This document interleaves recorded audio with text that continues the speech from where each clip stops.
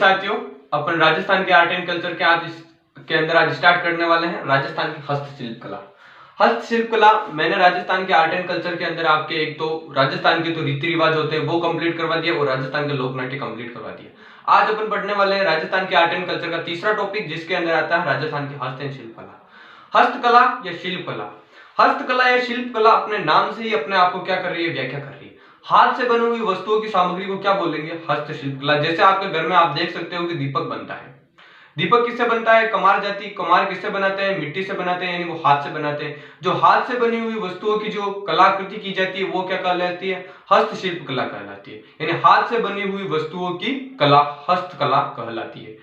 हस्तकला का नाम आते ही मोले, यानी राजसमंद का एक गांव है मोलेला गांव। वो किसके लिए प्रसिद्ध है, वो प्रसिद्ध है राजस्थान में मृण मूर्तियों के लिए। मृण मूर्तियों का मतलब होता है राजस्थान में जो छोटी छोटी मूर्तियां आती है किसी भगवान शिव जी की, गणेश जी की जो छोटी छोटी सी मूर्तियां आती है ना, तो मृण मूर्तियों के लिए प्रसिद्ध है राजस्थान का जिला राजसमंद का गांव मोलेला गांव प्रसिद्ध है। अपन देखते हैं राजस्थान की हस्तशिल्प कला। हस्तकला का अर्थ मैंने बता दिया आपको, हाथ से बनी हुई वस्तुओं की कला क्या कहलाती है, हस्तकला कहलाती है। हस्तकला अब एक व्यवसाय है। व्यवसाय कैसे, जैसे किसी कुमार जाति ने दीपक बनाया, अब दीपक बनाना क्या उसका व्यवसाय, यानी कार्य को कर रहा है, वो कोई व्यवसाय कर रहा है। अगर उस दीपक को बड़ी मात्रा में बनाएगा और बड़ी मात्रा में क्या करेगा, उसको बेचेगा, तो वो क्या बन जाएगा, उद्योग बन जाएगा। तो हस्तशिल्प कला क्या होती है, उद्योग होती है। और हस्तशिल्प कला कौन से उद्योग के अंदर आता है, लघु उद्योग के अंदर आता है। ये आप बात रखना, क्योंकि राजस्थान पुलिस कांस्टेबल के अंदर पूछा गया है कि राजस्थान की हस्तकला किस उद्योग के अंदर आती है, तो आपको टिक करना है वहां राजस्थान की हस्तकला लघु उद्योग के अंदर आती है। उसके पश्चात देखते हैं कि नेक्स्ट लाइन का लिखी है हस्तकला का तीर्थ। यानी हस्तकला का तीर्थ, तीर्थ का मतलब क्या होता है कि राजस्थान में सर्वाधिक वस्तुओं का निर्माण कहां किया जाता है। यानी राजस्थान में जो हाथ से निर्मित वस्तु होती है ना, उनका सर्वाधिक निर्माण जयपुर के अंदर किया जाता है। केंद्रीय स्थल कौन सा है, बोरानाडा जोधपुर के अंदर। बोरानाडा जोधपुर का मतलब क्या होता है, एक्सपोर्ट, यानी किसी चीज का आयात और निर्यात। यानी निर्माण कहां किया जा रहा है, जयपुर के अंदर, लेकिन वस्तुओं का एक्सपोर्ट यानी आयात और निर्यात कहां किया जा रहा है, बोरानाडा जोधपुर के अंदर। तो आपको केंद्रीय तीर्थ स्थल पूछे तो आपको जयपुर टिक करना है, और अगर आपको केंद्रीय स्थल पूछे तो आपको बोरानाडा जोधपुर टिक करना है, जहां वस्तुओं का क्या किया जाता है, एक्सपोर्ट किया जाता है। अब राजस्थान सरकार ने क्या किया, हस्तशिल्प कला को क्या देना है, राजस्थान में बढ़ावा देना है। क्योंकि जैसे जैसे नई नई टेक्नोलॉजी बढ़ रही है, फैशन बढ़ रहा है, तो पुराने लोगों से क्या हो रहे हैं, लोग दूर होते जा रहे हैं पुरानी चीजों से, इतिहास से लोग पीछे होते जा रहे हैं। इसीलिए आप राजस्थान को कोई सा भी कंपटीशन देते हो तो उसमें इतिहास ऐड किया हो, क्योंकि इतिहास यही नहीं सिखाता है अपन को केवल उनको एग्जाम की दृष्टि से पढ़ना, बाकी आप इतिहास को अपने पूरा मन लगा के पढ़िए, आपको बहुत सी चीज सिखाता है। अपने मान और स्वाभिमान के लिए महाराणा प्रताप अगर अकबर की अधीनता स्वीकार कर लेते हैं ना, तो आज वो महाराणा प्रताप के नाम से नहीं जाने जाते, ओनली फॉर प्रताप के नाम से जाने जाते हैं। इसीलिए अगर जिंदगी में संघर्ष आ रहा है ना, तो संघर्ष से लड़िए, क्योंकि जो चीज आपको चैलेंज करती है ना, वही चीज आपको चेंज करती है। ये बात हमेशा आप याद रखना। तो राजस्थान की शिल्प ग्राम मतलब राज्य सरकार ने बनाया। शिल्प ग्राम क्यों बनाया, क्योंकि राजस्थान में अगर शिल्प ग्राम जैसे आप वन्य जीव अभ्यारण्य देखते हो, कुछ वन्य जीव अभ्यारण्य को क्या कर लिया जाता है, आरक्षित कर लिया जाता है, रक्षित कर लिया जाता है। उनके अंदर कुछ नियम कानून होते हैं, तभी आप जा सकते हो। तो वन्य जीव अभ्यारण्य क्यों बनाए गए, जीव जंतुओं को सुरक्षित करने के लिए और पेड़ पौधों की उनको बचाने के लिए, क्योंकि वो जाते क्या होती जा रही, विलुप्त हो रही है। इसीलिए शिल्प कला के अंदर भी राज्य सरकार ने क्या बनाए हैं, शिल्प ग्राम बनाए हैं, ताकि कोई मिट्टी की चीज है तो उसको क्या कर सके, बचा कर रखा जा सके। सबसे पहले हवाला शिल्प ग्राम, यानी हवाला का मतलब हलवा।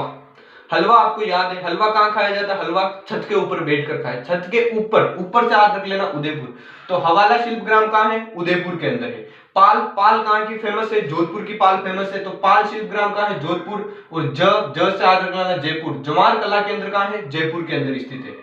राजस्थली, जैसे आपने कोई वस्तु, आपने टाटा की मोटर देखी होगी, तो उस मोटर के ऊपर नाम लिखा आता है टाटा, यानी वो क्या होती है, उसकी ब्रांड है। एक टाटा, एडा, नाइकी, रीबुक, आप ये जूते लेके आते होंगे, तो वो कौन सी ब्रांड दी जाती है। अब हाथ से निर्मित वस्तुओं को क्या ब्रांड दी, तो राजस्थान सरकार ने हाथ से निर्मित वस्तुओं को ब्रांड दी थी राजस्थली। राजस्थली का मतलब क्या होता है, हाथ से निर्मित वस्तुओं की जो ब्रांड होती है उसे किस नाम से जाना जाता है, राजस्थली के अंदर। ये राजस्थान के कंपटीशन एग्जाम रीट के अंदर पूछा गया क्वेश्चन है, जो रीट दूसरे नंबर की रीट हुई थी ना, उसके अंदर पूछा था। राजस्थान में सिक्कों की स्थापना कब हुई थी, सिक्को वो नहीं, सिख धर्म वाले सिख नहीं, सिक्को यानी जो सिक्के चलते हैं ना, उनकी 3 जून 1961 के अंदर हुई थी, जयपुर के अंदर ही हुई थी। ये कोई कंपटीशन में पूछा गया क्वेश्चन है, इसीलिए मैंने आपको बता दिया। और राजस्थान में सिक्के को डालने की टकसाल आमेर के अंदर थी, एकमात्र सिक्के डालने की टकसाल। और राजस्थान के जो मेवाड़ वाले शासक थे वो खुद को सूर्यवंशी कहते थे। किस आधार पर किए थे? बप्पा रावल या कालभोज ने सिक्के चलाए थे, उस सिक्कों के ऊपर सूर्य का निशान था, इसीलिए उनको भी सूर्यवंशी कहा गया था। एक महाराणा प्रताप का झंडा मिला था जो अभी उदयपुर संग्रहालय के अंदर क्या कर रखा है, उसको संग्रहित रखा है, उसके ऊपर भी सूर्य का निशान था, इसीलिए इसको भी हिंदुआ सूरज कहा जाता है। तो राजस्थान में सिक्कों की शुरुआत कब हुई थी? 3 जून 1961, याद रख लेना। यानी दहेज प्रथा जब बंद हुई थी ना, उसी दिन 3 जून 1961 को क्या हुई थी? सिक्कों की शुरुआत हुई राजस्थान की राजधानी जयपुर के अंदर। तो शिल्प ग्राम आप टॉपिक समझ गए होंगे, ये फर्स्ट वाला पार्ट था। शिल्प ग्राम क्या होता है, यानी हस्तकला क्या होती है, हस्तकला आप समझ गए होंगे। हाथ से बनी वस्तुओं की आकृति, हस्तकला, व्यवसाय, उद्योग, लघु उद्योग, हवाला, उदयपुर के अंदर पाल, जोधपुर के अंदर जवारा, जयपुर के अंदर। बाकी राजस्थली हाथ से निर्मित वस्तुओं की जो ब्रांड होती है ना, उसको राजस्थली के नाम से जाना जाता है, ये जरूर आप याद रखो। ये पॉइंट और ये 2 पॉइंट, ये तो आप किसी भी हाल में याद रखना। और इन शिल्प ग्रामों का नाम याद रखना। राजस्थान में 3 शिल्प ग्राम है। कितने हैं? 3। हवाला उदयपुर, हलवा छत के ऊपर बैठकर खाया जाता है। पाल जोधपुर की फेमस है, ज्वार जयपुर का। जैसे जय जय जय टिक कर देना, ठीक है। तो जय हिंद साथियों। हाँ तो स्टूडेंट, अपन क्या पढ़ रहे थे? राजस्थान की हस्तशिल्प कला। हस्तशिल्प कला में आज अपन देखते हैं राजस्थान की प्रथम हस्तशिल्प कला यानी पोट्री। सर्वप्रथम कोई भी सा भी शब्द आप जब भी पढ़ाई करो ना, कोई सा भी शब्द सामने आए ना, शब्द का अर्थ जानना जरूरी है। यानी कोई सा भी शब्द आ जाए ना, जैसे आपने भारत का संविधान पढ़ा हुआ, उसमें एक शब्द आता है संप्रभुत्व। संप्रभुत्ता का मतलब क्या होता है? संप्रभुत्ता का मतलब होता है कि अपने देश भारत पर किसी बाहरी शक्ति का क्या नहीं है, कोई दबाव नहीं। यानी किसी बाहरी राष्ट्र का अपने देश के ऊपर क्या नहीं है, दबाव नहीं। यानी हम गुलाम नहीं है, ये होता है। तो इसीलिए आपकी राजस्थान की हस्तकला पढ़ रहे हो तो इसमें शब्दों पर ध्यान देना, किसी शब्द का अर्थ जानना जरूरी होता है। जैसे पहला शब्द यानी पहली अपन हस्तशिल्प कला पढ़ रहे हैं पोट्री। अब पोट्री का मतलब क्या होता है? पोट्री का मतलब आसान शब्दों में आपको समझाऊं तो आपने कभी चीनी के कप में चाय पी होगी। चीनी के कप में चाय पिए तो उस कप के ऊपर कभी आपने ऐसे डायग्राम बने हुए चित्र आते हैं। ये होता है आपका चाय पीने का कप, होता है कि नहीं होता है? कप इसके ऊपर ऐसे कुछ डायग्राम बने हुए आते हैं। यानी इस कप के ऊपर क्या बने हुए होते हैं? डायग्राम बने होता है। यानी जो चीनी मिट्टी के बर्तन होते हैं ना, उनके ऊपर जो डायग्राम बनाए जाते हैं या उनके ऊपर जो चित्रकारी की जाती है ना, वो क्या कहलाती है? पोट्री कला कहलाती है। बस समझ गए आप कि पोट्री का मतलब क्या होता है? चीनी मिट्टी के बर्तन के ऊपर चित्रकारी करना। जब भी आप चाय पियो तो चीनी के कप को देख के दिमाग में एक ही बात याद आना चाहिए कि इसको मैंने पोट्री कला में पढ़ा है। किसी चीज को देखो तो उसके बारे में सोचा करो। पोट्री कला मूलतः कहाँ की थी? मूलतः थी ये पार्सिया। पार्सिया कहाँ आता है? ईरान में आता है। वहां से अकबर लेके आया लाहौर के अंदर, लाहौर से भारत में लेके आया मानसिंह प्रथम लेके आया था, और फिर भारत से जयपुर में लाया था राम सिंह सेकंड। राम सिंह सेकंड वही राम सिंह जिसने जयपुर को गुलाबी रंग से क्या किया था? रंगवाया था, यानी जयपुर को पिंक सिटी नाम दिया था। वही मान सिंह जिसने मतलब जयपुर में सर्वाधिक विकास करवाए थे। भारत से जयपुर पोट्री कला कौन लेके आया था? राम सिंह सेकंड लेके आया था। इस समय कितने शिल्पी थे? 2 शिल्पी थे, एक तो कालू, एक चुंडामन। कितने शिल्पी थे इसके? 2 शिल्पी। तो भारत के अंदर पोट्री कला लाने का श्रेय किसे दिया जाता है? मान सिंह को दिया जाता है। लेकिन राजस्थान में पोट्री कला लाने का श्रेय किसे दिया जाता है? राम सिंह सेकंड को दिया जाता है, जिसने पोट्री कला को राजस्थान में क्या किया था? प्रसिद्ध करवाया था। और शिल्पी कौन थे इसके? 2, कालू और चुंडामन। आप पोट्री कला समझ गए होंगे। पोट्री कला मन में दो रही है। सबसे पहले थी पार्सिया। पार्सिया कहाँ है? ईरान के अंदर। ईरान से लाहौर लाया अकबर। अकबर के पश्चात भारत लाया मानसिंह। मानसिंह के पश्चात भारत के बाद राजस्थान एक राज्य है, उसके जयपुर जिले के अंदर आई। जयपुर में लाया राम सिंह सेकंड, जिसने जयपुर को गुलाबी रंग से क्या किया था? रंगवाया था। और शिल्पी कौन थे? कालू और चुंडामन। ये आपकी पोट्री कला क्या होती हुई? ये वाला पार्ट कंप्लीट होगा। अब पोट्री कला जो मुख्यतः पोट्री कला होती है ना, वो 4 प्रकार की होती है। मुख्यतः पोट्री कला कितने प्रकार की होती है? 4 प्रकार की। सबसे पहले देखते हैं ब्लैक पोट्री। क से काली, क से कोटा। बस सिंपल से याद रखना, काली पोट्री कला कहाँ की प्रसिद्ध है? क से काली, क से कोटा। एक जिला और याद रख लेना, सवाई माधोपुर की। दूसरी कागजी। कागजी पोट्री कहाँ की प्रसिद्ध है? अलवर और सांगानेर। सांगानेर किसके अंदर आता है? सांगानेर आता है जयपुर के अंदर। तो कागजी पोट्री कहाँ की प्रसिद्ध है? अलवर और सांगानेर की प्रसिद्ध है।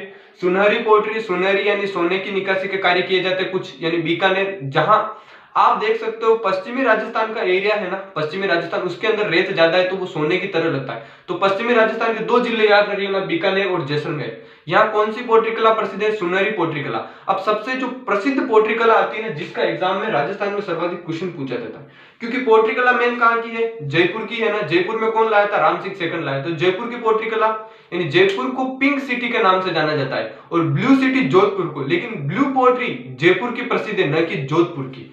तो ब्लू पोट्री कहाँ की प्रसिद्ध है, जयपुर की प्रसिद्ध है।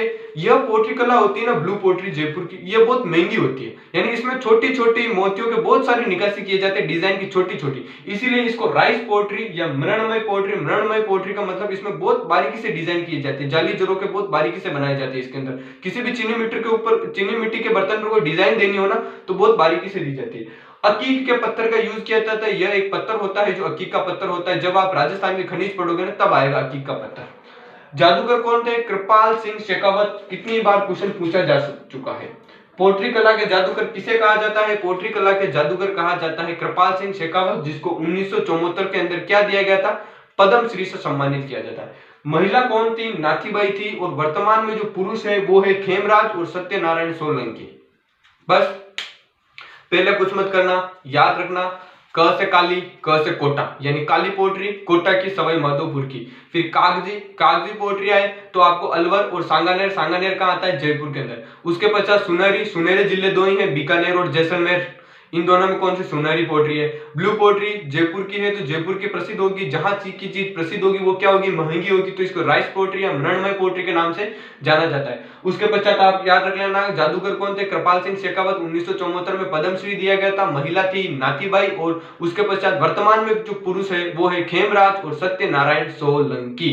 ये राजस्थान की पोट्री कला जो फर्स्ट हस्तशिल्प कला थी वो आपके कंप्लीट होती हुई एग्जाम की दृष्टि से मैंने आपकी पहली हस्तशिल्प कला कंप्लीट करवा दी।